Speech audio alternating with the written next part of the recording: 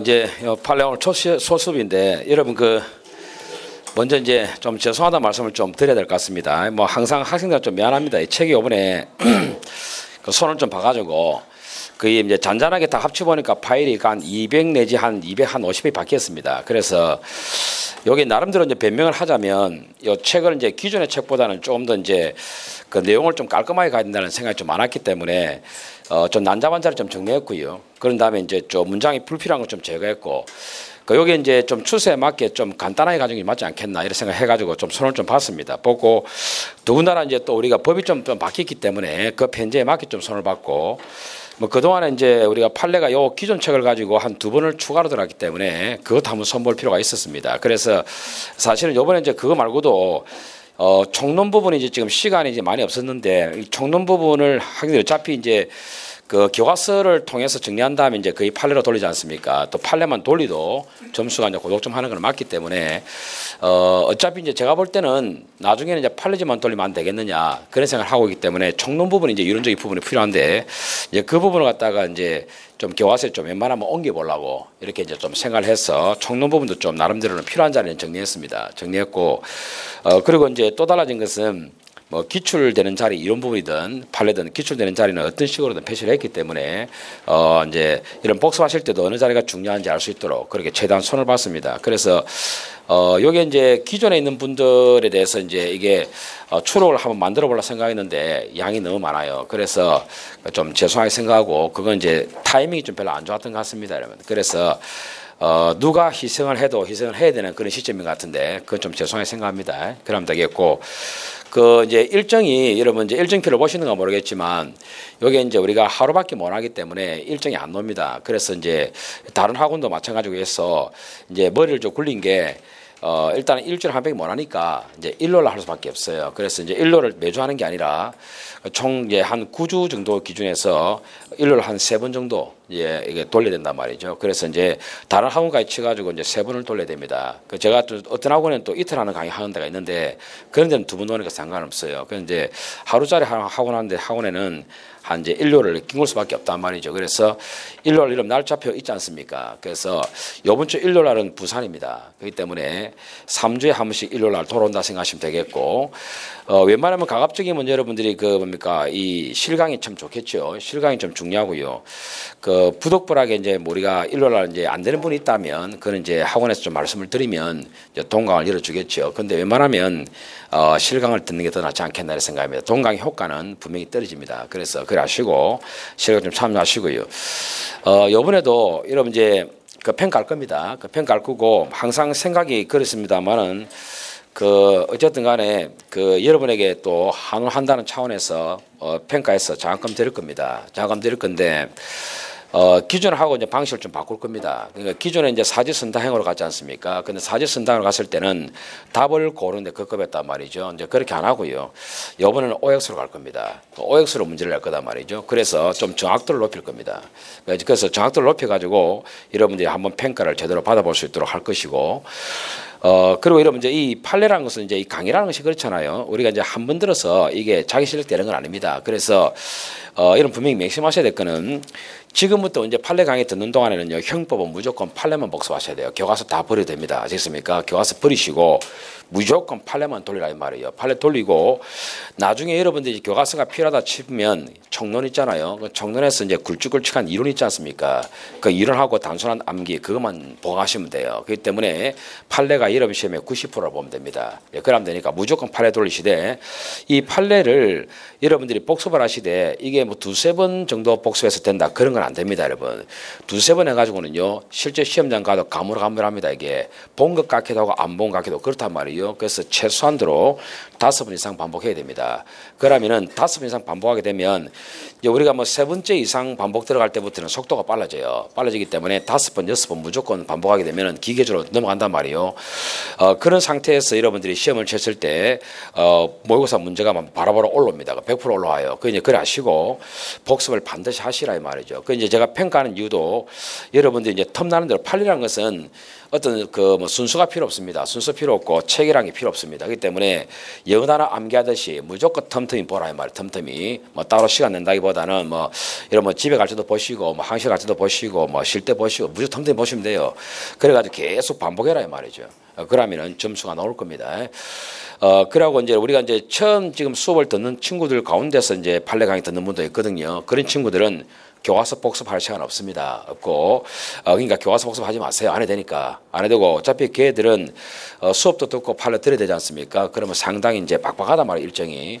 그렇기 때문에 절대 교과서 수업 복습은 절대 하지 말아요 말이죠. 무조건 판례 돌리세요. 판례. 그 판례 막 돌리다 보면 결과적으로 뭡니까? 수업 시에 하는 내용하고 그다음에 판례 내용하고 전부 다 결국은 만납니다. 만나기 때문에 그때 실력이 올라갑니다. 아시겠죠? 전혀 신경 쓰지 마시고 가시고 일단 무조건 반복이 살 길이다 생각하면 되겠습니다. 자, 그런 전자에서 이제 한번 책을 펴서 한번 가보겠습니다. 자, 여러분 순서는 우리가 총론은 일단 순서로 나가고요. 강론은 여러분들이 항상 허덕인 자리가 있단 말이죠. 그래서 강론은 먼저 순서는 중요도위로 갈 겁니다. 강론은 총론 끝나고 난 다음에 제3파트 아시겠죠? 제3파트 가고 그다음에 또 중요한 게 뒤쪽에 문서 파트 있잖아요. 그걸 또 충분히 여유를 가지고 가고 그다음에 또 끝부분에 국가적 법익에서 뇌물죄라든가 기타 뭐 무고죄 중요한 게 있습니다. 그게 시간 날 때 최대한 확보해서 가고 그다음 나머지 뭐 여러분 살인죄라든가 이런 것들은 쉽지 않습니까? 그런 거는 속도를 좀 내겠습니다. 됐죠? 그렇게 하시면 되겠어요. 자, 그러면 책 한번 펴봅시다, 여러분. 이제 4페이지 한번 펴보겠습니다. 이제 형법의 의의 및 성격 기능 나오겠습니다. 여러분, 의의는 우리가 시험거리가 안 되겠고요. 이번에 형법의 성격 1번은 시험거리 안 되지만 2번은 시험거리 되죠. 이런 걸 이제 집어였다는 게 이제 앞에 책과 조금 다릅니다. 그래서 형법의 규범적 성격, 가설 규범, 평가 규범, 의사결정 규범, 행위 규범 나오는데 여러분 수업 시간에 많이 했지만 요 가설 규범하고 행위 규범 이 자리는 정리하셔야 됩니다. 특히 행위 규범 이 자리는 시험 내잖아요. 그죠? 그래서 우리가 살인죄는 금지고 대거부능죄는 명령이지 않습니까? 요거 앞뒤로 바꾸잖아요. 순수 이론 지문으로 나오지 않습니까? 이런 것들은 체크하시라. 기출표시 해놨죠. 자, 넘어갑니다. 이건 판례는 아니죠. 그 다음에 형법 기능은 볼 거 없고요. 볼 자리만 잘 보시면 돼요. 자, 재형법중지 가시는데 이제 재형법중지에서 여러분 우리가 의, 연역, 의 다 필요 없습니다. 필요가 딱 볼 자리만 보시라. 4번 보시면 재형법중지 내용 나옵니까? 나오죠. 이 재형법중지 뒷받침하는 내용의 첫 번째가 여러분 법률주의잖아요. 법률주의, 그죠? 이 법률주의인데 이게 이제 성문법주의, 관습행법 금지 이렇게 가지 않습니까, 그죠? 이런 위임입법 문제가 나옵니다. 여러분 우리가 원래 법은 국회에서 만들어야 되겠죠. 국회에서 만들어야 되지만 부득불 어쩔 수 없이 하위 법령으로 보낼 수는 있다. 보내더라도 반드시 룰을 지켜야 됩니다. 그래서 이거는 시험 지문 되는데 아직은 여러분 시험이 안 나왔습니다. 근데 이거는 시험거리 됩니다. 분명히. 그래서 한번 보시죠. 자, 차분하게 먼저 읽겠습니다. 사회 현상의 복잡 다개화와 국회의 전문적 기술적 능력의 한계 및 시간적 적응 능력 한계로 인해서 형사처벌에 관한 모든 법규를 예외 없이 형식적 의미의 법률. 여러분 형식적 의미의 법률이 뭐라 했습니까? 국회에서 만든 법 이 말이잖아요. 그래서 뭐 처음 하신 분들은 자꾸 풀어서 됩니다. 국회에서 만든 법이죠. 국회에서 만든 법에 의해서 규정한다는 것은 사실상 불가능할 뿐만 아니라 실제에 적합하지도 않습니다. 여러분 됐죠? 여기는 시험 지문 아닙니다. 뒤에 게 시험 지문입니다. 그 시험 지문 잘 보시면 되죠. 자, 그래서 보세요. 특히 긴급한 필요가 있거나 미리 법률로서 자세히 정할 수 없는 부득이한 사정이 있는 경우에 한하여 시험 지문입니다. 됐죠? 함부로 허용이 안 된다는 거죠, 이게. 이럴 때 한해서 이 말이죠. 됐죠? 그 다음에 둘째, 수권 법률은 이제 위임해주는 법률인데 구속요건, 즉 어떤 유형의 범죄가 있는지 이걸 밝혀줘야 되겠죠. 그래서 구속요건 점에서는 그 밑에 예측이라는 단어 중요하죠. 그 다음에 구체적이라는 단어 중요하죠. 이렇게 잡아줘야 됩니다. 그래서 그 범위 안에서 만들어라 이 말이죠. 그 다음에 형벌점. 형벌점에서는요, 종류만 나와서는 안 됩니다. 앞으로 함정될 수 있는 자리인데 종류 및 상한가 폭입니다. 그러니까 징역을 합체해라. 뭐 이런 거 이렇게 하면 안 되고요. 10년 이하 징역 이런 식으로 범위를 잡아줘야 됩니다. 그래서 상한가 폭까지 됐습니까? 아주 기초적인 판례인데 가능성이 높습니다. 자, 됐고 그 다음에 두 번째 법률제에서 문제되는 게 관습형법 금지 아니겠습니까? 그죠? 관습형법 금지인데 자, 1번 지문 판례는 아니죠. 이제 이런 걸 좀 집어넣은 게 좀 차이 납니다. 관습형법에서는 이런 불리한 관습법은 우리가 안 되는 거죠. 그죠? 근데 유리한 관습법은 허용된다. 맞죠? 이런 기초 지문입니다. 됐죠? 다 시험 나왔던 표시 다 해놨습니다. 그리고 동그라미 2번도 판례는 아니죠. 근데 보충적 관습법 기억하시면 되겠죠. 이런 보충적 관습법은 관습법이 성문교부 해석에 도움을 주는 거죠. 그죠? 우리가 이제 했던 수리방해지는 게 있지 않습니까? 그런 건데 보충적 관습법은 허용됩니다. 기초 지문으로 시험 나오는 겁니다. 됐죠? 자, 그러면 이제 판례와 관련해서 법률주의에 위배되는 경우 보시면 되겠죠. 자, 먼저 1번에 보면 총포도금 화약류 단속법, 먼저 이걸 한번 잡아보시라 이 말이죠. 자, 필요한 문장만 잘 잡으시면 되겠습니다. 자, 이 법에서 우리가 총의 종류를 적을 건데 두 번째 줄 보세요. 금속성 탄알이나 가스 등을 쏠 수 있는 성능이 있는 것은 우리가 총포에 해당한다라고 법에서 규정하고 있습니다. 여기서 말한 총은 비록 모든 부품을 다 갖추지는 않더라도 적어도 금속성 탄알 등을 발사하고 있는 성능을 가리킨다. 됐습니까? 결국 이 지문은 시험거리가 안 된다는 거죠. 이거는 이제 베이스로 잡는 겁니다. 그런 다음에 그 밑에 줄 자리 같은 법 시행령에서 이럽니다. 총포의 범위를 구체적으로 정합니다. 위임받았으니까. 근데 모법의 위임 범위를 벗어나 총의 부품까지 총포에 속하는 것으로 규정했지 않습니까? 따라서 여러분, 여기서 이제 키워드는 뭡니까? 총의 부품. 이 단어만 키워드로 따면 되는 거죠. 그죠? 이렇게 하면 탁 넘어가면 됩니다. 결과적으로 어떻습니까, 여러분? 그 밑에 한번 읽어보죠. 모법보다 형사처벌의 대상을 확장하고 있지 않습니까? 확장하고 있기 때문에 결국 위임 입법의 한계를 벗어났다. 재형법 중지 위배 이라는 거죠. 시험 낼 때 여러분 우리가 법률주의 위배되는 것 이렇게 내기보다는 재형법 중지 위배되는 것 이렇게 물어본단 말이죠. 외우면 되겠죠, 그죠? 총의 부품 사건 이러면 됩니다. 여러분 이번 역시 뭐 바뀐 판은 아니고요. 약국 관리에 필요한 사항 이것만 외우시면 됩니다. 그래서 우리가 약국을 관리하는 약사 또는 한약사는 보건복지부 령으로 정하는 약국 관리에 필요한 사항을 준수해야 된다라고 약사법에 규정하고 있습니다. 여기서 여러분 구체적인 기준을 잡지 않고 약국에 관리한 필요한 사항이라 이러지 않습니까? 너무나 막연하다는 거죠. 따라서 이 문구만 외우시면 되겠습니다. 됐죠? 그 다음에 3번 보시면은 정부관리기업체 이 단어만 외우시면 되는데 우리가 요 밑도 끝도 없이 그냥 정부관리기업체다 이렇게 해버리면 감이 안 옵니다. 그렇기 때문에 이것도 포괄 입법이죠. 포괄적이다 이 말입니다. 그래서 잘못된 법 이렇게 하면 되겠죠. 이렇게 해서 정부관리기업체라는 단어만 기억하시면 되겠다.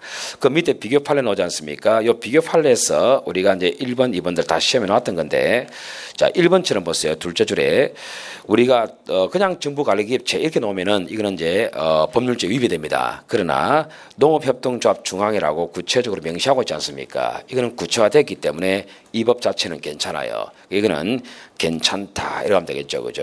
위법이라 할 수 없다 이랬고 2번도 마찬가지입니다. 이런 시험에 나왔었는데 역시 수산업협동조합 중앙회와 그 현조합을 정부관리기업체 하나로 규정 괜찮단 말이죠, 그죠? 이렇게 단타로 막 계속 반복해서 외우면 되겠습니다. 됐죠? 자, 그 다음에 4번 판례는 뭐 대단한 판례는 아니지만 한번 봅시다. 이해하고 갑시다.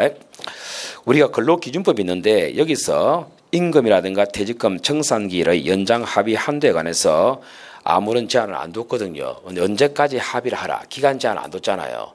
그런데 밑에 법에서 뭐랬습니까? 기일 연장을 3월 이내로 제한했거든. 그 위에는 기간을 안 뒀는데 밑에는 제한했기 때문에 범위를 벗어났다 보면 되겠죠. 그래서 이 두 단어만 기억하시면 되겠습니다. 자, 그 다음에 5번 이 판례는요. 다른 시험은 나왔는데 아직 이런 시험이 안 나왔습니다. 안 나왔는데 한번 봅시다. 우리가 이제 5번 보시면은 첫 번째를 보시면 그를 알지 못하는 문명자에게도 그를 아는 사람과 동일하게 운전면허를 취득할 기회를 줘야 될 겁니다. 법적으로. 자, 그러면 봅시다. 우리가 지금 보면 세 번째 줄 보시면 끝에 1항에서 이런 말로 합니다. 글을 알지 못하는 사람이라 하면 초등학교 중퇴 이하의 학력자로서 글을 전혀 읽지 못하거나 잘 읽을 수 없는 사람 이렇게 했단 말이죠. 그럼 보세요 여러분. 우리가 매니에서는요 그냥 글을 알지 못하는 사람이라고 나오지 않습니까? 그죠? 그래서 글을 알지 못하는 문명자 맨 첫 번째로 한번 줄 잡아볼까요? 글을 알지 못하는 문명자 요것만 딱 잡으세요. 됐죠? 그런데 이거는 학력 제한이 없지 않습니까? 쉽게 풀었으면 학력 제한이 없거든. 그런데 네 번째 줄에서는 초등학교 중퇴 이하의 학력자라고 제한을 뒀지 않습니까? 그러니까 범위를 좁혀버렸단 말이죠. 따라서 어느 게 문제됩니까, 여러분? 밑에 법이 문제라는 겁니다. 아시겠어요? 그래서 밑에 법이 우리가 재형법 중에 위배됩니다. 했죠. 그래서 했죠. 요건 이제 그럼 재형법 중에 위배라고 이러면 적으시면 되겠습니다. 옆에다가 재형법 중에 위배다 이렇게 적으면 되죠. 자, 자, 그럼 이 사건에서 여러분이 이제 뭡니까? 어떤 문제가 일어났냐면 이제 갈로 2번이지 않습니까? 이 말로입니다. 여러분 초등학교 여러분이 졸업했잖아요, 그죠? 졸업했음에도 이놈이 이제 시험을 못 치니까 초등학교 중퇴 이하의 학력자라는 허위 내용의 하나의 서류입니다. 인유보증서 그냥 서류인데 요걸 첨부해서 운전면허 시험에 응시했다는 겁니다. 요걸 뭡니까? 이러면 운전면허 시험도 공무수행 맞죠? 이걸 갖다가 속였다고 볼 수 있겠네 이 말인데 이제 사건 결론 아셔야 되겠습니다. 위계한 공지방은 안 됩니다. 왜냐하면 법 자체가 무효이기 때문에 아시겠어요? 그래서 위계한 공지방은 안 된다. 요까지 이제 우리가 얻고 가면 되겠습니다. 자, 그럼 됐고요. 6번 판에 있는 것들을 넘어가도 될 것 같습니다. 그래서 보라는 거 위주로 한번 잘 보십시오. 여기다 밑에 법률적 위배되지 않는 경우 한번 보겠습니다. 여러분 우리가요 좀 전문적이고 기술적인 내용들을 전문가에게 보낸 것은 다 괜찮기 때문에 여러분들 이런 것들은 키워드만 따시면 됩니다. 자, 키워드 따서 그냥 무시가 위험돼요. 자, 먼저 1번 보시면 간판인데 뒤에 보세요. 설치가 허용되는 간판의 규격과 같은 세부적이고 기술적인 사항 요것만 딱 외우면 됩니다. 딴 거 보지 말아요 말이에요. 그럼 외우면 돼요. 그럼 요걸 갖다가 여러분 뒤에 보시면 중앙선거관리위원회 규칙에 정하도록 했다. 중선이냐 보건복지부 장관이냐 그런 거는 장난치는 자리가 아닙니다. 내용이 장난치는 것이기 때문에 설치가 허용되는 간판의 규격과 같은 세부적이고 기술적인 사항 이거는 전문가적인 냄새 나지 않습니까? 그래서 전문가에게 보내는 건 괜찮기 때문에 요것만 딱 외우면 되죠. 됐죠. 자, 그 다음에 2번에서는 다 볼 필요 없고요. 뒤에 회계 처리 기준 요것만 외우시면 돼요. 아시겠어요? 회계 처리 기준. 요걸 이제 여러분 세 번째 끝에 금융감독위원회에서 좀 해라 이랬지 않습니까? 그러니까 이런 거 신경 쓰지 말아요 말이에요. 회계 처리 기준 요것만 기억하시면 돼요. 됐죠. 그 다음에 3번에 보시면 건설 폐기물의 종류, 그 다음에 그 처리 등의 기준 및 방법 좀 전문가 냄새 나지 않습니까? 요것만 기억하시면 되죠. 요걸 환경부 장관아 좀 해라. 괜찮습니다. 기준은 잡아줬기 때문에 건설 폐기물에 대한 내용이니까 잡아줬습니다. 됐죠. 그 다음에 이제 우리가 4번 보시면 석유사업법에 보면 누구든지 석유 제품에 다른 석유 제품 또는 석유화학 제품을 혼합하거나 석유화학 제품에 다른 석유화학 제품을 혼합하는 방법으로 유사 석유 제품을 생산, 판매 행위 등을 분명히 금지하고 있습니다. 여기서 보면 우리가 유사사업 시행령에서 뭐라냐면 그 밑에 겁니다. 기계 및 차량의 연료용으로 사용될 수 있는 것을 유사 석유 제품으로 규정하고 있는 것 이랬단 말이죠. 그래서 요걸 이제 줄치면 되겠죠. 기계 및 차량의 연료용으로 사용될 수 있는 것을 우리가 유사 석유 제품으로 규정하고 있는 것. 이거는 뭡니까? 위에서 시킨 대로 잘하고 있는 겁니다. 그래서 괜찮다 이렇게 하면 되겠어요. 모든 게 되는 게 아니단 말이죠. 아시겠어요? 그 다음에 5번 보시겠습니다. 5번에서는 뒤에 청소년 유해 매체물 요것만 잡으면 됩니다. 괜찮다는 거죠. 그 다음에 6번에서는 둘째 줄 경품 제공업소의 경품 지급 기준 이거 전문가 냄새를 합니다. 이것만 딱 잡으면 돼요. 괜찮고 그 다음에 7번 보시면 보세요. 환전할 선 재미입 영업행위를 금지하는 게임머니 및 이와 유사한 것을 대통령 보고 정해라 했지 않습니까? 그럼 정해라 했는데 우리가 앞에서 그냥 대통령 보고 정해라는 게 아니고요. 환전할 선, 재매입, 영업행위라고 해서 기준을 잡아주고 있지 않습니까? 그래서 이것도 구체적 기준을 잡아준 겁니다. 괜찮아요. 그대로 익히면 되겠죠. 그럼 비교 판례 보시면요. 이 7번 판례하고 밑에 1번 판례는 다릅니다. 밑에 1번 판례는 이거는 소급표 금지 판례거든요. 그러니까 헷갈리면 안 되겠어요. 자, 보세요. 두 번째 끝에 보시면 시행일 이전이죠. 법이 생기기 전 이 말이죠. 이해가 안 되면 자꾸 풀어쓰면 됩니다. 법이 생기기 전이죠. 법이 생기기 전에 위 시행령 조항 각 규에 규정된 게임머니를 환전할 선, 재미입, 영업행위를 여러분이 했었단 말이죠. 했는데 어떻습니까? 그 전에 한 것은 대상이 아니었잖아요. 그런데 이걸 갖다가 그 전에까지 대상으로 하는 것은 소급표 금지원칙에 걸리겠죠. 그죠? 그래서 이거 여러분 시험에 다 나왔었어요. 계속 반복될 겁니다. 반복될 거니까 1번과 위에 7번은 다르죠. 2번도 같은 맥락입니다. 볼까요? 자, 전자금융거래법상 적금매체, 양도, 양수 등의 알선행위 처벌 규정이 시행되기 이전의 알선행위. 조금만 하면 되겠죠. 시행되기 이전의 알선행위. 요만 잡으면 되는 거잖아요. 그죠? 그 맥락은 같기 때문에 외우기는 쉬울 겁니다. 됐죠? 넘어가시면 돼요. 자, 그 다음에 계속해서 8번 봅시다. 자, 8번 보시면 둘째 줄에 역시 그냥 유해학물질 이라면 심각하단 말이죠. 근데 어랬습니까? 흥분, 환각, 마취의 작용을 일으키는 유해학물질 이렇게 잡아줬잖아요. 그죠? 그렇기 때문에 기준 잘 잡았죠. 괜찮다 이래 가는 겁니다. 됐죠? 그다음에 9번 이거는 뭐 아직 구체화되지 판례가 아닌데요. 대단한 판례는 아니라 봅니다. 강고 등의 범위 및 기타 필요한 사항 이 정도는 괜찮다 봤습니다. 강고라고 했기 때문에 그래서 과대 강고 등의 범위 및 기타 필요한 사항이기 때문에 이것도 괜찮다 기준을 잡아준 거고요. 10번에 오염물질의 배출 허용 기준. 여러분 그냥 배출 허용 기준이 아니고 뭡니까? 오염물질이라고 기준을 잡아줬기 때문에 이 단어 그대로 잡으면 되겠습니다. 됐죠? 그 다음에 11번에 그냥 풍속력이 아니고요. 대통령령으로 정하는 풍속력의 경우 이렇게 또 잡아줬단 말이죠. 그래서 이것도 괜찮습니다. 그 다음에 이제 12번 이런 것들은 이제 이름 시험이 아직 안 나왔죠. 그래서 뭐 다른 시험에도 기출 표시가 안 돼 있는데 이거는 나올 수 있는 판례입니다. 그래서 보시면 그냥 둘째 끝에 보시면 그냥 유가정권이라면 기준이 없단 말이죠. 근데 뒤에 보시면 앞에 연합회장이 정하는 유가정권 이랬지 않습니까? 그래서 요거는 괜찮습니다. 그렇죠? 이렇게 단타로 외우시면 되겠습니다. 됐죠? 그 다음에 이제 우리가 그 13번에서는 이제 우리가 13년에서 새로 들어온 판례인데요. 뭐 특별히 건 없습니다. 이게 13년 판례에서 대단한 건 아니고요. 두 번째 것도 보시면 구체적인 공기업의 지정에 관하여는 하위 규범인 기획재정부 장관의 고시에 의하도록 규정했다. 이러지 않습니까? 그럼 뭘 좀 됩니까? 구체적인 공기업의 지정 이거 하면 되겠죠. 그냥 기업이 아니고 구체적인 공기업의 지정이니까 이것도 기준을 잡아줬다 이래 보는 거죠. 그래서 위배라 볼 수는 없다. 됐습니까? 그래서 이제 법률주의 쪽에서는 그렇게 판례가 많지가 않아요. 여러분 계속 반복하시면 될 것 같습니다. 됐죠? 자, 그다음에 이제 우리가 두 번째 소고표 금지 원칙 갑니다. 됐죠? 여러분 이제 잘 아시다시피 이제 우리가 소고표 금지라면 소고표 금지 여러분들이 이제 잘 아시다시피 소고표 금지라는 것은 뭡니까? 우리가 여기서 행위를 했단 말이죠. 행위를 했는데 여기서 이제 법이 생겼죠.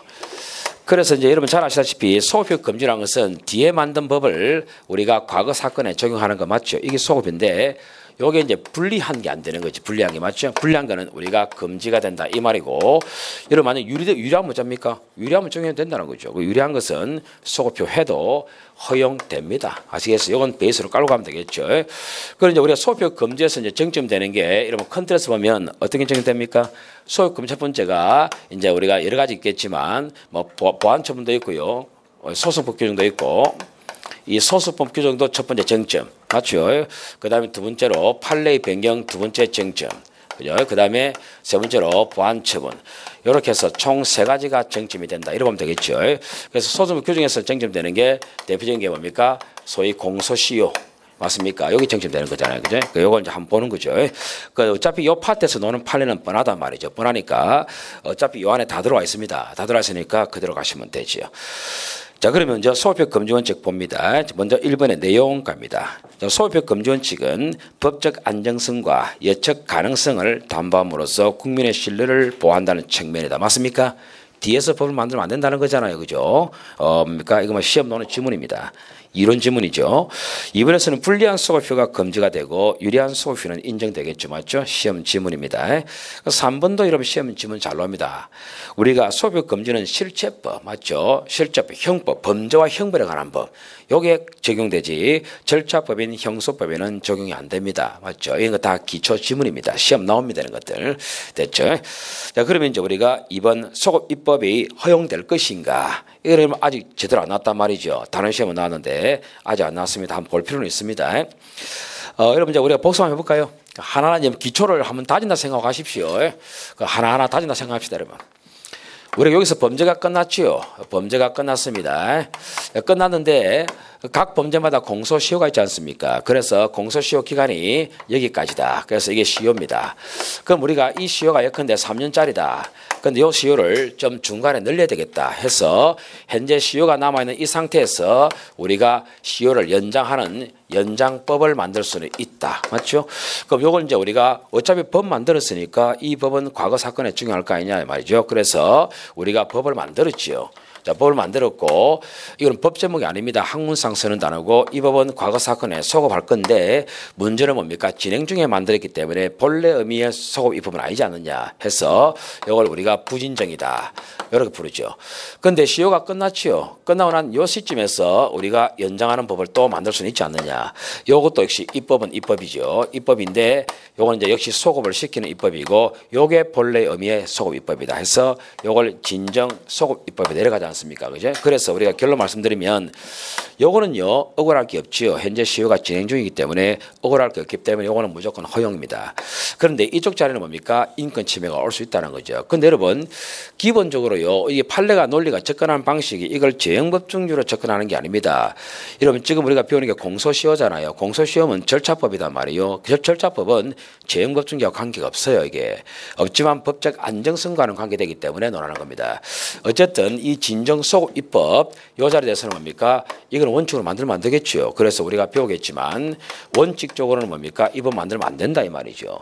그런데 경우에 따라서는 개인이 법이 안 생길 것이다. 이렇게 믿는 것보다는 국가적 중대사가 더 클 수 있단 말이에요. 그럴 때는 허용할 수도 있다는 거죠. 그래서 초점이 여기로 갈 것이다. 아시겠습니까? 분명히 정당화될 수 있다는 거예요. 아시겠죠? 자, 그러면 책 봅시다. 자, 먼저 기초 개념을 잘 잡으세요. 여러분 우리가 중요한 건요 이론 판례입니다. 여러분 사건 판례는요 사건 말하면 되거든. 그러니까 무조건 이론 판례는 철저하게 익혀야 됩니다. 거기서 이제 실력 차이가 난단 말이죠. 자, 8번 갑니다. 요 8페이지 갈로 2번. 자, 이미 종료된 이랬죠. 종료된 끝났다는 거거든. 요게 만드는 걸 뭐라? 진정이죠. 맞죠? 진정이죠. 그럼 둘째 줄에 현재 진행 중입니다. 진행 중인 걸 우리가 부진정에 내려 말하죠. 그죠? 베이스를 잡고. 자, 그런 다음에 세 번째로 갈까요? 자, 오늘 시험 지문 되겠죠. 부진정 소급 입법은 원칙적으로 허용됩니다. 됐습니까? 허용되죠. 자, 그 다음에 밑에 줄진 자리 진정 소급 입법은 우리가 뭡니까? 뭐 잡다 문장 쫙쫙 놓는데요. 뭡니까? 오른쪽 위로 갑시다. 자, 부진 소급 입법 보고 간단하게. 헌법적으로 허용되지 아니하는 것이 원칙입니다. 맞죠? 원칙 딱 잡고요. 자, 그런 다음에 뒤에 다만 보겠습니다. 다만. 이 다만이 예외지 않습니까? 요 예외에서 우리가 이제 시험에 걸린단 말이죠. 봅시다. 일반적으로 국민이, 자, 외우지 마세요. 일반적으로 국민이 소급 입법을 예상할 수 있었다거나 법적 상태가 불확실하고 혼란스러워 보호할 만한 신뢰 이익이 적더라. 또 소급 입법에 의해서 당사자의 손실이 없거나 아주 경미하더라. 이제 더 중요한 게 뒤에 건데 뒤에 게 이제 자주 시험 증가합니다. 신뢰 보호, 국민이 법을 안 만들 것이다라고 신뢰하는 것. 요 신뢰 보호 요청에 우선하는 심히 중대한 공익상의 사유가 소급 입법을 정당화시키는 경우가 있더라 이 말이에요. 이렇게 정당화하는 경우 등에는 예외적으로 진정 소급 입법이 허용됩니다. 지금 현재 우리가 보이는 지문 가운데서 다양한 지문이 있는데요. 요 지문 있지 않습니까? 신뢰 보호 요청에 우선하는 심히 중대한 공익상의 사유가 소급 입법을 정당화할 수도 있다. 이렇게 문장 갑니다. 아시겠습니까? 맞죠? 맞는 문장이란 말이에요. 아시겠어요? 그래서 정당화할 수도 있다. 이렇게 까는 게 가장 흔히 보는 지문이죠. 아시겠죠? 요걸 이제 기억을 좀 하시면 되겠습니다. 됐죠? 자, 밑에 보면 참조 판례가 있는데 이 참조 판례 자체는요, 뭐 조금 적합성은 떨어지지만 다른 시험에 나왔습니다. 나왔는데 이 형사소추 여기서 보세요. 먼저 한번 줄 붙여보면 이 형사소추가 보세요. 언제부터 어떠한 조건 하, 요 문장하고요. 그 다음 둘째 줄에 얼마 동안 가능한가 이 문장하고 헷갈리면 안 돼요.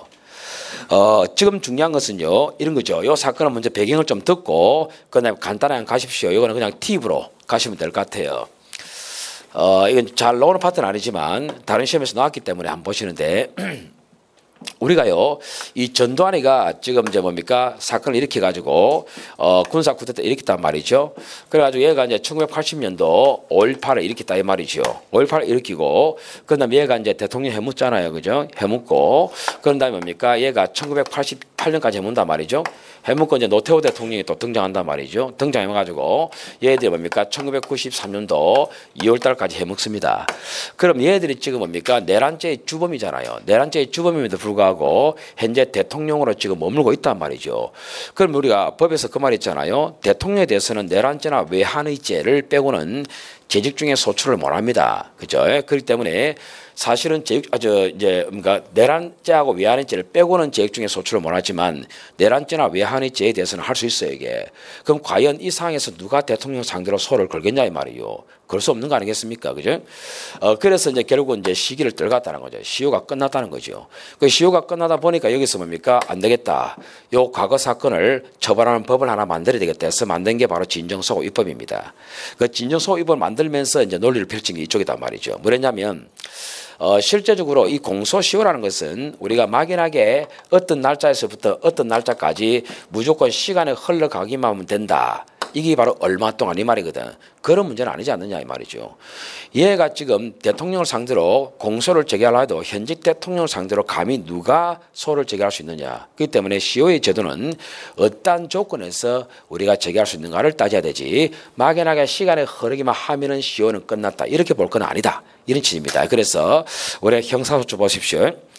언제부터 어떠한 조건 하에서 가능한가. 의 문제에 관한 것이고 얼마 동안 가능한가의 문제는 아니다. 얼마 동안 뭡니까? 막연히 시간이 흐르기만 하면 이 말이거든. 막연히 시간이 흐르기만 하면 이런 문제는 아니지 않느냐 이 말이에요. 상황과 조건을 좀 바라는 겁니다. 아시겠어요? 이렇게 이해하시면 되겠고 요 판례는 여러분 해주긴 했지만 요 비중을 안 두셔도 상관없습니다. 아시겠습니까? 좀 다운시켜도 됩니다. 자, 칼로스 3번 한번 봅시다. 기초적인 판례가 많이 나올 거예요. 칼로스 3번 보안처분과 소급효 금지죠.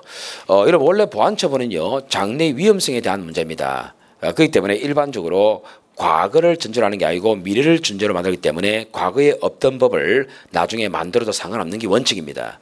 그런데 이 보안처분 자체가요 우리가 과거의 제재를 토대로 하는 보안처분도 있다는 거죠. 그럴 때는 소급효 금지하고 관계가 됩니다. 그래서 여러분 첫 번째 쟁점 1번 시험에 잘 오죠. 자, 먼저 위에는 한번 읽겠습니다. 암기하지 마십시오. 읽겠습니다. 자, 먼저 여러분 형법상의 보호관찰 있지 않습니까? 요거는 분명히 주제로 알아야 됩니다. 잡아야 돼요. 형법상의 보호관찰. 요거는 아예 시험 지문 자체입니다. 먼저 잡고요 들어갑니다. 자, 형법상의 보호관찰은 형벌이 아니라 보안처분입니다. 맞죠? 형벌 종류 다 아시잖아요. 형벌이 아닙니다. 이거는 과거의 불법에 대한 책임에 기초하고 있는 제재가 아니라 장래 위험성으로부터 행위자를 보호하고 사회를 방어하기 위한 조치다. 그러니까 원래 의미의 보안처분이죠. 자, 그러면 뒤에 시험 지문입니다. 결국 이 말이죠. 행위 이전에 규정되어 있어야 할 필요는 없다. 맞죠? 앞으로가 문제니까. 그래서 행위 이전에 규정되어 있는 건 아니며 재판 당시의 규정에서 보관처를 받을 것을 명할 수 있다. 이 자체가 시험 지문이죠. 맞죠? 뭐 이렇게 내더라도 되고 또 뒤에 더 추가해서 이렇게 하더라도 형벌 불소급 원칙 내지 재형법 중에 위배되는 것이라 볼 수 없다. 이렇게 되고 됐죠? 이 자체가 시험 지문이다. 자, 그렇다면 여러분 동그라미 2번 사회봉사 명령과 소급효 금지. 이거 단골 아닙니까? 이게 단골이거든. 그래서 아마도 여러분 시험에서 아주 깊이 있고 어려운 판례들은 자중할 거라 보죠. 그 대표적으로 여기 위에 참조 판례 있는 거 있지 않습니까? 이런 것들은 이제 자중할 거 아니겠습니까? 그런 건 자중할 거라 봅니다. 그래서 너무 신경 안 써도 돼요. 동그라미 2번 이런 거 잘 보셔야죠. 단골이니까. 자, 사회봉사 명령 주제를 잡아야 되겠죠. 잡고요. 요거는 여러분 분명히 사건만 보시면 안 됩니다. 내용을 장난칠 수 있는 판례입니다. 그래서 사회봉사 명령 잡고요. 세 번째 줄 형벌이 아니라 보안처분, 보안처분 잡고요. 그 다음에 그 중간 문장도 기억하셔야 됩니다. 자, 1분에 둘넷 이엇을 보세요. 실질적으로 신체의 자유를 제한합니다. 사회봉사 명령은 신체 자유 제한하는 거 맞죠? 그래서 이 문장이 시험 논단 말이죠. 실질적으로 신체의 자유를 제한하게 되므로 이에 대하여서는 원칙적으로 형벌 불소급 원칙에 따라 행위시법 적용하라. 한마디로 뭡니까? 재형법 중에 적용된다는 거잖아요. 맞죠? 그래서 이거는 함부로 바뀐 법 적용해서는 안 된다는 겁니다. 됐죠? 이 문장 시험거리 됩니다. 되고요. 비슷한 질문 한번 나왔었습니다. 됐죠? 자, 그 다음에 갈로 2번은 당연히 나왔습니다. 당연히 나왔는데 봅시다. 그럼 이런 맥락에서 사회봉사 명령을 부과하죠. 자, 그 뒷문장 보면 되겠죠. 첫 번째 그때 행위시법상 사회봉사 명령 부과 시간의 상한이 원래 100시간이었거든. 행위 당시에는.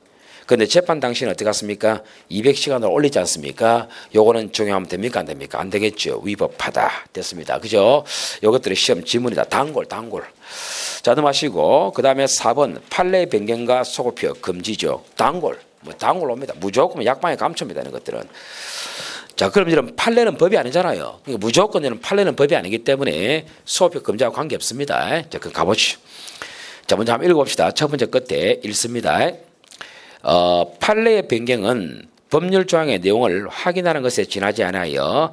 이로써 법률 조항 자체가 변경된 것이라 볼 수는 없죠. 맞죠? 따라서 이거는 시험 지문이 안 됩니다. 이건 너무나 당연한 베이스이기 때문에 뒷문장이 시험 지문입니다. 행위 당시에 판례하면 처벌 대상이 되지 않았던 것으로 해석됐던 이 행위를 판례의 변경에 따라 우리가 근거하여 처벌하더라. 그러니까 판례의 변경에 따라서 처벌한다. 이 말이지 않습니까? 이 문장이 시험 지문이죠. 결론, 형벌 불소급 원칙에 반한다 할 수 없다. 맞죠? 그 판례가 변경된 것은 형벌 불소급과 관계없다. 됐죠? 이게 시험 지문입니다. 자, 됐습니다. 단골이고요. 그 밑에 이제 판례 정리를 가보겠습니다. 우선적으로 이제 이 1번 판례가 이름 아주 옛날에 나왔던 판례거든. 근데 최근에 이 비슷한 판례가 나왔기 때문에 요거는 한번 정리하겠습니다. 자, 보십시오, 여러분. 이해하면 돼요, 이해만. 이해하면은 이 판례는 쉽습니다, 여러분. 쉬운데, 여러분 시험에 한번 놓은 적 있어요, 이게. 여름 있지 않습니까? 여기서 이제 뭡니까? 운전면허 취소를 당했어요. 보세요. 자, 별로 어려운 건 아닌데, 일단은 운전면허 취소를 당했다. 이렇게 행정처분이 떨어진 겁니다. 그럼 여러분, 운전면허 취소라는 행정처분이 떨어지면 억울하더라도 이걸 다투지 않는 이상은 그대로 믿고 따라가야 돼요. 그러면 이게 잘못된 판단이라 하더라도 행정기관이 때리지 않습니까? 때려서 무조건 따라가야 됩니다, 여러분. 억울하면 이거 재판 걸면 돼요. 얘가 억울하거든. 억울한데도 뭡니까? 재판 안 걸고 계속 가는 거예요, 이게. 그리고 계속 가다가 뭡니까? 계속 운전했다니까, 이게. 운전했어요. 우리 그러면 행정행위라는 것은 국가가 하는 행위는요, 우리가 뭡니까? 취소 안 당하는 이상은 무조건 100% 유효하게 갑니다. 얘가 지금 뭡니까? 운전했으니까 당연히 법에 걸리겠지. 뭡니까? 무면허 운전 아니겠습니까? 맞습니까? 그죠? 무면허 운전이거든요. 그럼 결국 무면허 운전으로 걸렸으니까 재판 받겠지. 그죠? 그래서 여기서 재판을 받을 겁니다. 자, 재판을 받는데 여기서 뭐냐면요. 얘가 지금 무면허 운전이 된 이유가 뭐냐면 결정적으로 요것 때문에 그렇거든. 맞죠? 그래서 얘가 무면허 운전을 처벌받기 이전에 나는 이 판단 먼저 받아봐야 되겠습니다. 해서 요걸 선결 요건으로 판단을 받습니다. 여러분 경찰학 시간에 선결 요건 배우신지 모르겠는데 먼저 요것 때문에 여기 나왔으니까 요거 재판받기 전에 요거 먼저 판단해 주시오. 행정심판을 걸 수 있단 말이죠. 그래서 요 재판 들어가기 전에 요거 먼저 걸은 겁니다. 해달라고. 여기 타당하면 내가 처벌받겠다 이 말이죠. 그래서 그랬는데 뭡니까? 요거 먼저 판단했죠. 이게 선결 요건인데 요 운전면허 취소. 운전면허를 취소하라. 요게 이제 행정행위단 말이에요. 요 내용을 법관이 판단해 보니까 잘못된 거 맞다 이거죠. 그래서 요 자체를 다시 취소하라. 이랬단 말이에요. 취소 판결이 떨어졌다 이 말. 취소 판결이. 이게 잘못됐으니까 요걸 취소하라 판결이 떨어졌다 이 말이에요. 그럼 여러분 여기서 우리가 취소 판결이 떨어지면 이 취소라는 것은 여러분 처음부터 효력이 발생됩니다. 그렇기 때문에 돌아갑니다. 아시겠습니까? 돌아가서 처음부터 뭡니까? 잘못된 것 이러는 거죠. 무면허 운전입니까 아닙니까? 아니지 이 말입니다. 됐죠? 자 그럼 이해하시고 이제 가면 되겠죠. 자 그럼 읽어봅시다. 자 피고인이 행정청으로부터 자동차 운전면허 취소 처분을 받았거든. 받았으나 나중에 그 행정처분 자체가 행정쟁송 절차에서 취소되었다 이 말이죠. 됐습니까? 됐죠? 그러면 이제 여기 이제 뒤에 거는 이제 취소됐다. 뭐 사실은 끝인데 그 처분 시에 소급하여 효력을 잃게 된다 했지 않습니까? 그죠? 자 결국은 뭡니다. 결론 치면 됩니다. 그까지 문장 줄친 거 읽고요. 딱 끝내라. 끝내고 네 번째 줄. 결국 무면허 운전이 아닙니다. 됐습니까? 그래서 무면허 운전을 처벌 안 받습니다. 그러면 같은 맥락에서 여러분 유사 판례 있지요. 유사 판례도 1번 마찬가지거든. 1번 보십시오. 영업 허가 취소 처분을 받았죠. 받고도 영업을 계속했거든. 역시 행정쟁송 절차에 따라서 위 처분이 취소가 됐지 않습니까? 그러면 처음부터 무효죠. 그러면 취소 처분 이후의 영업 행위는 무허가 영업이 아니다. 이해하시겠습니까? 같은 맥락이죠. 그죠? 자, 그렇다면 여러분, 이 2번 판례가 있지 않습니까? 최근에 우리가 다른 데서 한번 보이는 지문인데, 여러분 2번 한번 읽어보시죠. 이해되는가? 이 이해되면요, 위에 1번 판례가 끝나면 됩니다. 이해하시겠습니까? 결과적으로 여기서 두 번째 줄 끝에 보면 운전면허 취소 처분을 철회했잖아요. 철회했기 때문에 결국 무면허 운전은 아니다. 같은 맥락이죠. 넘어가시겠습니다. 자, 그래서 이제 요 판례가 한번 넣었긴 했지만요. 뭐 그렇게 뭐 폭발적인 판례는 아니라 봅니다. 근데 기출된 표적이 있으니까 보시면 되겠죠. 여러분 2번 판례 있잖아요. 그 2번 판례 이런 것들은 우리가 상당히 중요하죠. 중요한데 여러분 인지가 범행 후에 이루어진 경우에 인지 소급표에 따라 형성되는 친족 관계를 기초로 하여 친족 상대의 규정이 적용된다. 이거는 소급표입니까? 맞죠? 근데 이거는 유리한 거니까 괜찮죠? 이거는 나중에 또 나올 겁니다. 자, 넘어가시면 되겠죠. 자, 넘어가시면 되겠고, 그 다음에, 3번 이런 것들은 넘어갑시다. 넘어가도 됩니다. 그 다음에 이제 4번은 중요하죠. 4번은 양형기준 중요합니다. 양형기준. 여러분, 먼저 쉽게 생각하십시오. 양형기준은 법이 아닙니다. 법이 아니기 때문에 옛날보다 불리하게 바뀌어도 상관없습니다. 그래서 한번 읽어보죠. 대법원 양형위원회가 설정한 양형기준이 발효하기 전에 공소가 제기된 범죄가 있겠죠. 요 범죄에 대해서 양형 기준을 참고의 형을 양정했다 이 말이요. 괜찮습니다. 불리한 법률을 소급하여 적용 위법이 있다 할 수 없다. 괜찮다 이 말입니다. 됐습니까? 이렇게 흘러가면 되겠죠. 자, 넘어가시고요. 그 다음에 여러분 5번은 넘어가시는 거지. 5번은 넘어가시고 자 6번 보시겠습니다. 자, 6번 보시면 여러분 공개명령 제도는 앞으로 상당히 관심을 가져야 됩니다. 이 판에는 시사성이 좋기 때문에 잘 보셔야 됩니다. 이게 여러분 공개명령 제도는 이제 신상 정보를 공개한다 이 말 맞죠? 자, 그럼 보십시오. 둘째 줄에 보안 처분입니다. 자, 필요한 문장은 잡아가십시오. 보안 처분이고 이제 가장 중요한 게 바로 그 밑에 줄 그걸 건데 자, 일단 앞부분은 그냥 읽읍시다. 공개명령 제도는 범죄 행위를 한 자에 대한 응보 등을 목적으로 책임을 추궁하는 사후적 처분. 여러분 책임을 추궁하는 사후적 처분이 바로 형벌이거든. 그거와 구별되어 본질을 달리한다 했습니다. 따라서 가장 중요한 문장이 이거죠. 형벌에 관한 소급입법 금지 원칙이 그대로 적용되지 않는다. 이게 핵입니다. 알겠어요? 아주 유력한 지문이죠. 됐죠? 자, 그런 다음에 그 뒤에 사건도 기억하십시오. 사건 기억하면 됩니다. 공개명령 제도가 시행된 2010년도 1월 1일 이전에 범한 범죄에 대해도 공개명령 제도를 적용, 여기 사건 아닙니까? 맞죠? 어떻습니까? 맨 밑에 끝에 소급입법 금지 원칙에 반한다 볼 수 없다. 딱딱 필요한 문장만 잡아라 이 말이에요. 아시겠어요? 됐죠? 됐습니까? 앞으로 유력할 것 같고요. 그럼 유사 판례가 1번 똑같단 말이에요. 이제 똑같은 거니까 여러분 이제 지금부터 웬만하면 소화될 수 있는 거 소화해버리라 이 말이죠. 지금부터 1번 읽어보세요. 읽고 소화하고 끝내라 이 말이죠. 그래서 여러분 이제 1번 아시겠죠? 그죠? 2번도 같은 맥락인데 여러분 딱 필요한 문장이 뭡니까 여러분? 1번에서 신상정보 공개 명령 및 고지 명령 제도 제목은 딱 봐야 되겠죠.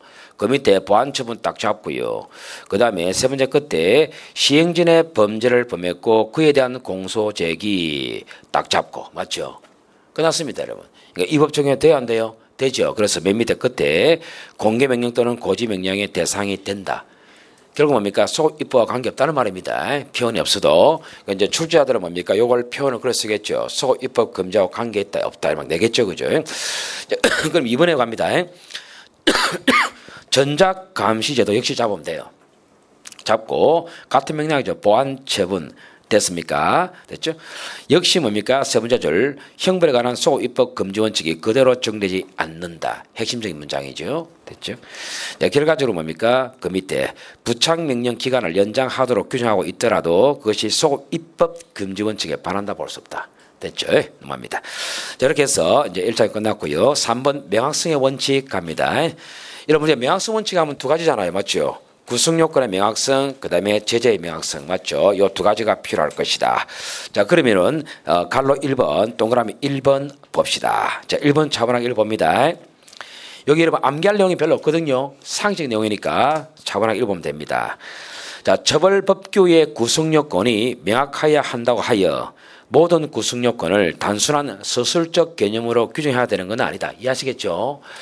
다소 강범위하여 법관의 보충적인 해석을 필요로 하는 개념을 사용했다 하더라도 우리가 통상의 해석 방법에서 건전한 상식과 통상적인 법 감정을 가진 사람이라면 당의 처벌법규의 보호법익과 금지된 행위가 또는 처벌의 종류와 정도를 알 수 있다고 규정한다면 배치되는 것은 아니다 이 말입니다. 그러니까 결국 여기서 하고 싶은 말은 뭡니까 여러분? 규범적이고 포괄적인 단어 써도 된다는 겁니다. 아시겠어요? 이건 이제 그대로 문장 읽으면 됩니다. 그래서 틀릴 건 없죠. 자, 그럼 됐고요. 그 밑에 보시면 법규범의 의미 내용은 문헌뿐만 아니라 입법 목적이나 취지, 입법 연역, 법규범의 체계적 구조 이걸 전부 다 종합해서 판단하면 됩니다. 이런 분들은 아주 도덕적인 문장이니까 그게 문제는 안 되는 거죠. 맞죠? 한번 읽어보는 거죠. 다른 시험에 나왔으니까. 자, 근데 여러분 시험에서 가장 유력한 지문을 말씀드립니다. 동그라미 2번이죠. 동그라미 2번은 가장 유력합니다. 여러분 시험에서 가죠. 자, 그럼 금방 보시다시피 법규범의 문헌은요. 우리가 말씀드린 대로 가치 개념을 포함한 일반적 규범적 개념을 사용하지 않을 수는 없다. 시험 지문입니다. 그러니까 일반적 규범적 개념 사용 가능하다 이 말이죠. 가능합니다 이게. 첫 번째 시험 지문이죠. 그 다음에 둘째 그 오른쪽에 최대한이 아닌 최소한의 명확성을 요구한다. 가장 유력한 지문. 장난치죠. 바꿔본단 말이죠 이게. 최소한이 아닌 최대한 이렇게 바꿉니다. 가장 유력한 지문입니다. 그 다음에 또 세 번째 지문은 뒤에 것도 가능성이 있습니다. 법관의 보충적인 가치 판단을 통해 그 의미 내용을 확인할 수 있어야 되는데 이런 법관의 보충적이라는 말은요. 법관의 해석을 도와준다 이 말이거든. 보충적이라는 단어가 나쁜 말이 아니에요. 자의적인 나쁜 말이지. 그래서 보충적인 가치 판단을 통해서 의미 내용이 확인할 수 있어야 됩니다. 더 중요한 게 뒤에 겁니다. 보세요. 보충적 해석이 해석자의 개인적인 취향에 따라 좌우될 가능성이 없어야 됩니다. 없어야 명확하다는 말이죠. 맞죠? 그래서 이 마지막 문장은 조금 신경 쓰십시오. 왜냐하면 헷갈리거든. 보충적 해석이 해석자의 개인적인 취향에 따라 좌우될 가능성이 없어야 명확하지. 맞죠? 그러니까 여러분 우리가 요컨대 뭐 요걸 하나를 두고 뭡니까? 어떤 사람은 분필, 어떤 사람은 지우개 이러면 안 되는 거지. 맞죠? 그래서 해석이 좌우될 가능성이 없어야 됩니다. 됐죠? 됐습니다. 가능성이 있는 판례다. 이러면 되겠습니다. 여러분 3번이 이제 뭐 우리 검찰에서 한번 나왔던 지문인데 한번 읽어볼까요? 별거 아닙니다. 처벌법규의 구성 요건이 어느 정도 명확해야 하는가를 일률적으로 정할 수는 없고 각 구성 요건의 특수성과 그러한 법적 규제의 원인이 된 여건이나 처벌의 정도 등을 고려하여 종합적으로 판단한다. 이런 거는 절대 안 꼬지. 아주 시사성이 이거는 뭡니까? 일반적인 문장이잖아요. 그래서 한번 보기에 낸 겁니다. 신경 크게 안 써도 되는 거죠. 이런 것들은. 그래서 여러분 2번 지문이 핵이다. 됐습니까? 잘 보시면 되겠죠. 자, 그 다음에 이번에 제재의 명확성입니다. 여러분 우리 제재의 명확성 답이었는데요. 이거 아시죠? 뭐 시험 지문으로 깔리니까 기초 지문인데 여러분 이제 우리가 그 뭡니까? 부정경 있지 않습니까? 부정경. 여러분 이제 한번 복습하시는 거죠. 부정경이라는 것은 기간 제한이 없는 겁니다. 그죠? 그래서 이게 두 가지가 있죠. 절대적, 그죠? 이 절대적 부정경이 있고, 그 다음에 상대적 부정경이 있지 않습니까? 그죠? 그래서 여러분 무조건 이거는 안 됩니다. 아시겠습니까? 절대적으로 기간 제한도 없는 거잖아요. 징역에 처한다 또는 처벌한다 이런 거 아닙니까? 이런 거는 무조건 법을 만들면 안 돼요. 요거는 괜찮다. 맞습니까? 상대적 부정경형 형태로 법을 만들어야 되겠죠. 또 아울러 뭘 배웠습니까? 요건 이제 법을 만들 때 모습이고, 맞죠? 법을 만들 때는 어떻게 합니까? 10년 이하의 징역 이렇게 가져야지 그냥 징역이라면 안 되잖아요. 요거는 법에 대한 이야기고, 그 다음에 그러면 깜빵에 보낼 때 요게 선고잖아요. 맞죠? 깜빵에 보낼 때는 선고할 때는요 성인한테는 어떻게 합니까? 성인한테는 우리가 징역 10년 이래 가야 된단 말이죠. 성인한테는 우리가 정기형 이래 가야 돼. 정기형. 맞죠? 근데 우리 법에서는 특별하게 소년범에 대해서는 뭡니까? 상대적 부정경을 선고할 수 있지. 그죠? 그래서 상대적 부정경 이렇게 선고할 수 있습니다. 이게. 맞죠? 그래서 가능하죠. 예컨대 1년에서부터 5년 이런 식으로 부과할 수 있다는 거죠. 그죠? 그러면 최소 1년은 살려야 되겠고 넘더라도 5년 넘으면 안 됩니다. 중간에 알아서 보내주면 되죠. 그러니까 이거는 어떻게 보내줄 것인가를 우리가 여기 뭡니까? 지금 법관이 결정 안 합니다. 이건 이제 교도소에서 집행하는 거죠. 맞죠? 됐습니다. 자, 그러면 이제 이 제재의 명확성 놓겠습니다. 그래서 한번 읽어봅시다. 지문이니까. 형의 장단기가 전혀 정해지지 않은 걸 절대적 부정경. 맞죠? 이거는 명확성 원칙에 반하여 허용 안 됩니다. 그런데 장단기 또는 장기가 규정되는 상대적 부정경, 즉 한쪽이라도 기가 논다는 거죠. 이 상대적 부정경은 현행법상 허용되고 있습니다.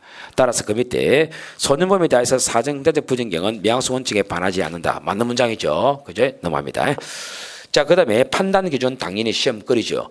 이게 명확하냐 안 하냐는 것은 누구 기준입니까? 우리가 사물의 변별 능력을 갖춘 일반인의 이해와 판단이다. 맞습니까? 됐죠? 이러면 되겠죠. 따라서 조심할 건 뭡니까? 함정파는 문장은 5번째 줄. 법관이나 행위자의 이해와 판단의 기준이라는 것은 아니다. 됐습니까? 됐죠? 자, 넘어가시면 되겠고요. 2번도 같은 말입니다. 그래서 그냥 넘어가시면 되겠다. 됐죠? 자, 그러면 이제 오른쪽에 명확성 원칙이 위반되는 것. 여러분 이걸 배울 때요. 명확성 원칙에 위반된다. 위반되는 거 요거 안 되는 거 요거 이러면 안 됩니다. 그게 워낙 단어가 애매모하기 때문에 위반되는 거와 안 되는 거를 같이 가셔야 돼요. 아시겠습니까? 같이 좀 외우셔야 되는데 여러분 아쉽게도 이 명확성 판례가요 정말 뭡니까? 이 기준이 잘 없습니다. 그래서 이 자리만큼은 무식하게 가셔야 됩니다. 아시겠어요? 그 무식하게 가야 되니까 어쩔 수 없습니다. 자, 그대로 외우십시오. 반복해서. 여러분 1번은 우리가 보세요. 도박 기타 범죄 등 뭐 도박은 괜찮잖아요. 근데 문제는 뒤에 거잖아요. 선량한 풍속 및 사회 질서에 반한다. 이게 너무 포괄적이지 않습니까? 그래서 이거는 어긋나는 거죠. 그대로 외우는 거죠. 근데 비교 판례 보시면 분기를 문란하게 한다. 이게 참 애매하거든요. 근데 분기 문란 또 괜찮다고 했어요. 이 정도는 쓸 수 있다고 봤단 말이에요. 판례가. 그래서 비교를 잘 하십시오. 시험에 잘 나오니까. 그 다음에 2번에 보시면 저속이라는 단어가 있죠. 저속이라는 이 단어는요. 어디까지가 저속인지 감이 안 옵니다. 그런데 비교 판례 보시면 엄난, 단어만 줄치면 됩니다. 단어만. 아시겠어요? 절대 문장 보지 마세요. 엄난이라는 단어는 국민들이 알 수 있다고 본 거죠 또. 그래서 엄난은 우리가 밑에 놓지만 재형법정지에 반하는 것이 아닙니다. 아시겠죠? 자, 그 다음에 3번 잔인성 이런 것들, 조장, 그 다음에 충동 이런 것들, 둘째 줄에 덕성, 심히 해할 우려 이런 단어들이 전부 다 애매하다 본 거예요 이게. 그 다음에 4번에 가정의례 참뜻에 비추어 합리적인 범위. 이런 뭐가 참뜻이냐 이 말이죠. 뭐가 합리적인 범위냐. 너무나 막연하지 않습니까? 이런 것들. 근데 여러분 비교 판례 보시면 요 안에서 보면 일반인들의 전례라는 것은 옛날부터 내려온다 이 말이거든. 전례적인 식생활. 여러분 전례적인 식생활 이거는 식용으로 한다 이 말인데 다 알 수 있는 거잖아요. 또는 통념상 식용으로 하지 아니하는 것. 뭐가 먹는 것이고 뭐가 먹을 수 없는 것인지 알 수 있다는 거죠. 또 식품 원료로서 안정성 및 건전성이 입증되지 아니한 것 이런 단어들은 알 수 있다고 봤습니다. 좀 무식하게 가져야 됩니다. 자, 그다음에 5번에 공공의 안녕 질서 미풍양수. 뭐가 공공 안녕입니까? 뭐가 미풍양수이냐? 포괄적이라는 거죠. 안 되고요. 그다음에 6번 공중도덕상 유해한 업무. 유해가 뭡니까? 너무 포괄적이다는 거죠. 그다음에 7번에 법정행의 최고를 사용을 한다. 이러면 최고가 사용행위지. 그 뭡니까? 최고가 사용이면 그럼 그 밑에는 없느냐 이 말이에요. 밑도 끝도 없이 그냥 최고가 사용이 내려면 안 된다는 거죠. 구체적인 기준이 중간 단계도 있어줘야 된다는 겁니다. 문제가 있다는 거죠. 이런 거 있는데 여기서 이제 우리가 가장 유력한 지문을 꼽자면 아직 안 나온 판례 가운데에서는 가장 유력한 게 8번입니다. 8번이 가장 조심해야 될 판례고 나머지 위에 판례들은 여러분 전부 기출입니다. 그래서 8번은 좀 가능. 근데 이게 여름 시험에 안 나왔거든. 경감부인데 막 나왔지 않습니까? 여름 시험에 안 나왔거든 이게. 그래서 관심을 가져야 됩니다. 국제평화와 지역 안전을 제어할 우려가 있는 지역. 뭐가 국제평화인지, 뭐가 지역 안전인지, 뭐가 제어하는지 감이 없다는 거죠 이게. 좀 신경을 써야 됩니다. 이거는 넘기시고. 자, 그 다음에 명확성 원칙에 위배되지 않는 것이랬죠. 그죠? 그 위배되지 않는 것이랬는데 자 봅시다. 자, 명확성원칙이 위배되지 않는 것으로서 먼저 1번 봅시다. 도로에 구부러진 것. 구부러진 거 아시지 않습니까? 아주 쉽죠. 그 다음에 이제 2번이 깝깝하죠. 섭취, 흡입. 빨아당긴다 이 말이거든. 괜찮다 봤고요. 간역, 개입하는 거니까 괜찮다 봤습니다. 그죠? 됐고요. 이 4번 판례 이런 것들은 뭐 특별하게 판례는 아닙니다. 이러면 아닌데 비중은 안 되겠지만 한번 읽어보죠. 유형의 유형이라는 것은 형태가 있다 이 말인데 문화적 소수안으로서 역사상 예술상 가치가 큰 것과 이에 준하는 고고자료 괜찮다 봤습니다. 그 다음에 5번 당해 거주자와 비거주자. 그러니까 뭔가 부산에 사는 사람과 부산에 살고 있지 않는 사람 이런 단어는 좀 쉽지 않습니까? 그래서 이런 것들 괜찮다 봤죠. 6번은 자주 등장했습니다. 구리 및 그 화물 등장했고요. 그 다음에 뭐 안전보호시설 요거 그대로 외우면 되겠고 8번은 자주 등장했습니다. 소량. 소량이라는 이 단어 이것도 괜찮다 봤습니다. 근데 여러분 이제 9번도 뭡니까? 추행. 추행이 만약에 잘못된 단어라면 지금까지 우리가 쓰지는 않겠죠. 근데 추행을 쓰고 있다는 말은 괜찮은 문장입니다. 그래서 기타 추행 괜찮고요. 10번도 자주 등장했죠. 활동. 이 활동 이것도 괜찮은 단어로 봤습니다. 좀 무식하게 좀 봐줘야 될 것 같습니다. 그 밑에 이제 비교 판례가 있는데요. 이 비교 판례 뭐 1번, 2번 해가 막 나오는데 이 판례는 큰 비중 안 두겠습니다. 넘어가고요. 간단하게 보시면 되겠죠. 11번 봅시다. 11번 보시면은 우리가 불안감 아직 안 나왔어요. 이 판례 충분히 가능성이 높은 판례거든. 근데 아주 간단하다. 이런 시험에서는 아주 간단하게 나올 수 있어요. 불안감, 가능성이 높은 판례입니다. 이거는. 그래서 이거는 괜찮다 봤어요. 조마조마 느낌이기 때문에 괜찮아요. 12번도 아주 유력한 지문이죠. 누구든지 후보자로 추천하는 일과 관련하여 이런 것들이 다 유력합니다. 괜찮고요. 이해관계는 상당히 유력합니다. 괜찮고요. 그 다음에 14번 여기 이제 뭡니까? 요번에 또 나왔잖아요. 여기 나왔거든 이거. 나왔는데 자 보세요. 이거 어렵게 생각하면 안 되거든. 이런 교감 선거란 단어하고 그 밑에 시 도지사 선거 요 두 단어만 기억하면 돼요. 왜냐하면 보세요. 교육감 선거에 관해서 이 법에 정한 것을 제외하고는 그 성질에 반하지 않는 범위 안에서 공직선거법 시 도지사 선거에 관한 규정을 준용한다 이랬거든. 이 문장을 읽었을 때 애매모호한 문장은 없다 아닙니까? 이렇게 생각하면 돼요, 여러분. 교육감도 국가공무원 뽑는 거잖아요. 시, 도지사도 국가공무원 뽑는 거지 않습니까? 괜찮아요. 여기 아시겠습니까? 그렇게 하면 되죠. 그 다음에 15번 소집 통지서를 수령할 의무 있는 자 범위를 법에서 별도로 정하지 않았다. 이런 게 다 무시가 그대로 가야 됩니다. 왜냐하면 이 향토 예비군 소집 통지서를 수령할 의무 있는 자의 범위를 별도로 정하지 않았다 하더라도 그 법 흐름상 다 알 수 있다고 본 거예요. 그래서 무시가게 가야 돼. 무시가게. 그 다음에 16번 최대 소각 용량 이러면 되겠죠. 그래서 단타로 좀 암기하시면 됩니다. 이거는 급격하게 논리가 없기 때문에 별로 재미가 없는 자리죠.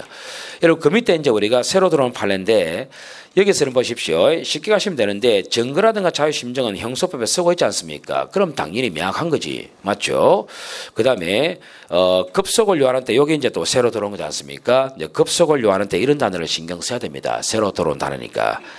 이것도 실제 쓰고 있지 않습니까? 쓰고 있으면 괜찮은 거지. 쉽게 생각하십시오. 그 다음에 여러분 3번. 요 3번 이게 이제 요번 시험에 나온 것 같은데 요번 시험 나왔잖아요 이게. 나왔는데 열람 등사 요청에 응하여야 하는 자료의 범위와 적시 이거 아니겠습니까? 이런 것들 요 이러면 특강 시간에 했던 겁니다. 나온다고 했던 건데 역시 나왔던 거죠. 요번 시험에 나왔어요. 자, 그 다음에 이제 4번 이런 것도 아직 안 나왔죠. 한방 의료행위 이런 단어들 다 알 수 있다고 본 거고요. 그 다음에 5번 한번 보지. 후보자이었던 사람에게 재산상 이익이나 공사이직을 제공하는 행위 및 후보자이었던 사람이 이를 수수하는 행위. 이거 후보자가 뭡니까? 이익을 취득하고 공사이직을 제공하고 뭐 어려운 단어가 없지 않습니까? 괜찮다고 한 거죠. 그래서 요게 이제 우리가 새로 들어온 판례 되니까 좀 새로 들어온 판례 좀 위주로 좀 신경을 쓰시고 나머지는 어차피 반복입니다. 됐죠? 여러 가면 되겠습니다, 여러분.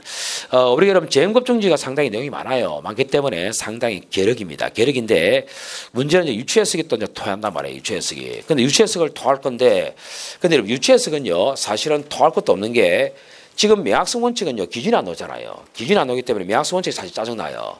그런데 유추해석은 단어 해석이기 때문에 이거는 접근 가능합니다. 그래서 오히려 더 양이 많아도 쉽게 볼 수 있고 또 유추해석이 가장 많이 냅니다 시험에. 여러분 10분 쉬었다가 유추해석 한번 들어가 보겠습니다. 됐죠?